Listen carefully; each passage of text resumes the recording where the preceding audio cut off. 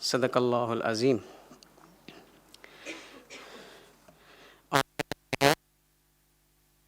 Worthy colleagues and esteemed audience and friends, Assalamu alaikum wa rahmatullahi wa barakatuhu.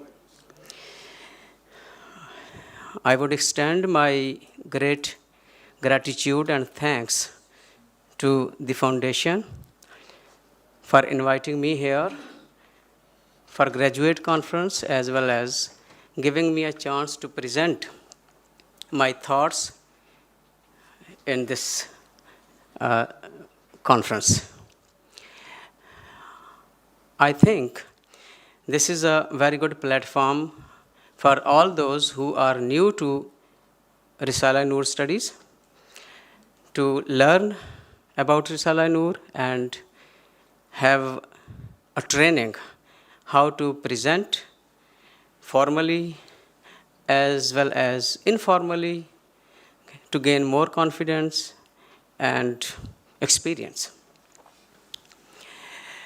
With the kind permission of the chair, I would just highlight some of the points of my study instead of presenting the whole of paper word by word, as she ordered not to take more time. So, next please. The study is about exploring the methodology of Sayyid Nursi, how to combat socio-religious challenges. You know that all worthy speakers, they have been talking about Risala-e-Noor and its contents, and they are presenting different angles and aspects of Risala-e-Noor. What I am studying, that what is the methodology Ustad has given or suggested to combat and face socio-religious problems whatsoever. So I see that the problem was in his age, which is still continue. The problem was the problem of modernity and the challenges that modernity has brought to us, particularly here in Turkey and in general across the world. So we all face the same situation here and there. So the question is how to deal with modern challenges and issues. Ustad Sayyid Nursi had two options. One was to carry on his political struggle and resistance against all those so-called secular forces, and when involved internal and local clerics as well. So to carry on his political struggle, it was one option. The other was to do something different and to work with the people, with the individuals, to empower them, to enable them to save their identity, faith, and Islamic practices. And it was comparatively better way in the context. And it was also non-violent and peaceful struggle, and he realized that it was more long-lasting and more sustainable. So after 1925 or so, he decided to opt the second way. So what he did in the second way of struggling against modern challenges, that is the main point of this study. What was the challenges? Next, please. The challenges brought by modernity and their solutions. Before we get into the challenges, let's have a look to this slide. The slide says, whenever you face some problems, there is a scientific way to solve those problems and a step-by-step approach we need to apply to solve problems.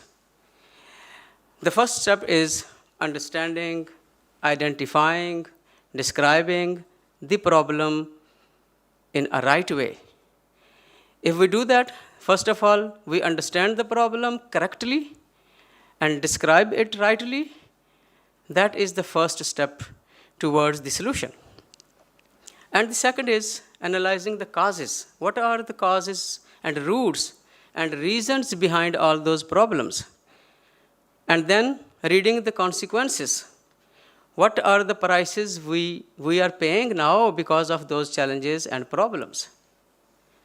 And after that, if the problem is severe, very critical, then obviously we need to solve them. Then we have to develop alternative solutions. 2, 3, 4, or 5 solutions, or more than that even. But not only sticking with the one solution, but offering more than one means alternative solutions. As we see, when Ustad was at this point, what are the alternative solutions to combat the socio-religious problems in Turkey or anywhere in the Muslim world? So he developed, or he considered 2 options: political way or non-violent, individual life-focusing way. Then the next step is taking out of those options the best one. And he took the best one out of these 2. And then application or action. So I am greatly impressed by his vision and his understanding of his time, the challenges, the problems, and the way he moved forward to solve those problems. Next. So these were the general problems which I have noticed in the context of Turkey and even broader world, that modernity has brought many problems and many issues, and maybe so many advantages and good things as well.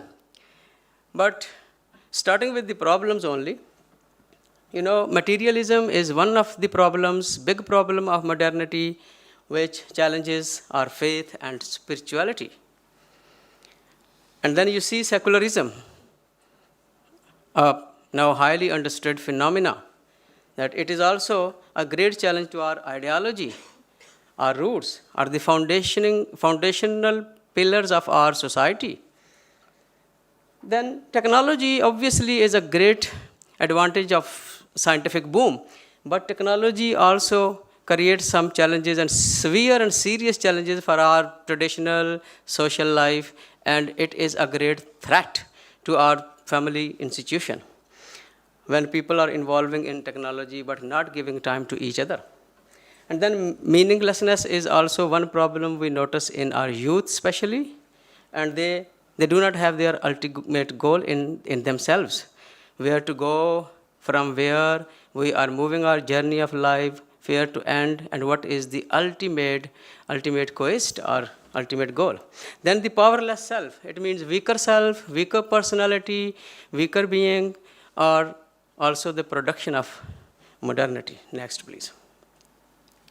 So alternative solutions before Ustad Sayyid Nursi were 2 options. Old way, you see political resistance, involving the society, resisting against the people who are in charge in the society, politically or otherwise, as he did against maybe Russia, communism, and other forces previously. But this time, he went for new way. And what is that new way? Next. So, one more click, please. Back. So, he noticed that there are 2 areas of life. One is the area of concern. Yes, there is a bigger area of our concerns. We are concerned about politics. We are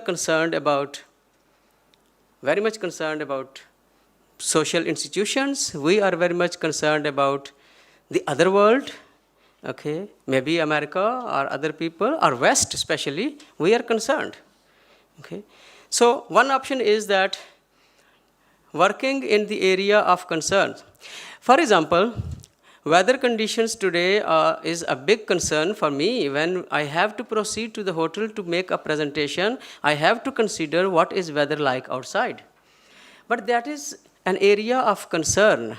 I cannot control the area of concern. I do not have any control over weather conditions. I do not have any control over the forces which work beyond our borders or even beyond myself. Sometimes I cannot. But just working and quarreling with the area of concern means most of the time maybe you will not be succeeding. So, Ustad went more deeper in the area of influence, where he can change people from within and starting from a small circle. It is smaller comparatively, you see. The area of concern is bigger, but the area of influence smaller. So starting with the smaller group, with one person, and then the second person. But first of all, starting from ourselves, myself. If there are numerous quotations, if we want to change the world, we need to change first ourselves. Or the change we want to see in the world, we should be the change which we want to see. So, Ustad went for the best option, and it was area of influence. From this slide, you notice, when people work in the area of influence, it starts expanding itself. First of all, it is one person, then two, then three, and slowly and steadily it expands itself. And as you see the result of Risala-e-Noor and the teachings of Ustad Badiuzzzaman Sayyid Nursi today, it is expanding, but it started from area of influence, working with the individuals and self. Next. And now it is covering the area of concerns as well. So, working with individuals or area of influence, his strategy was to develop these three things, and he realized that self-empowerment is the right way to start his journey to combat socio-religious issues. Self-empower means enabling and empowering individuals so that they could save their faith, they could save their legacy, they could save their traditions, they could save their civilization, and they should have themselves their safeguards. We cannot all the time ask the government and institution to save our concerns and our belongings. We should be able to save ourselves. So he tried to inculcate faith, spirituality, and morality in the individuals. And you see in the brackets, faith is Iman Billah, then Marifatullah, then Muhabbatullah. You can read the details of all these terms in the areas of faith development in Risala-e-Noor, everywhere. So, and by different examples he has highlighted. And then spirituality, Jihad-e-Manavi. From, jihad with sword to Jihad-e-Manavi. And it was a new way to enable people and empower people to face challenges. And then morality. Morality, I would call it positive action. He changed the paradigm of the people 180 degrees. From being reactive to proactive. Okay? And he taught his readers and people that not to be reactive. If you are reactive and you are in anger and you want to struggle against powers, those who are challenging your legacy, if you are reactive, your mind shuts and it does not work. So keep your senses in control. Keep your mind open and apply your all faculties to make the best decision. So his term is positive action. Stay positive. Don't be negative. Okay. Don't see. Next. Yes, 2 minutes. There are 2 minutes. Still I have. The scope. So details would be there from different presenters. What is faith development? What is spirituality? And what is positive action? And then the scope, if we read the scope of his methodology. I am from Pakistan. And I very much feel that his methodology is equally good and applicable in Pakistan. If we work with the people to develop faith, spirituality, and character in them, they can face all the modern challenges whatsoever. So the scope is greater. Beyond Turkey, Ustad Nursi's teachings are equally applicable and equally relevant. Next.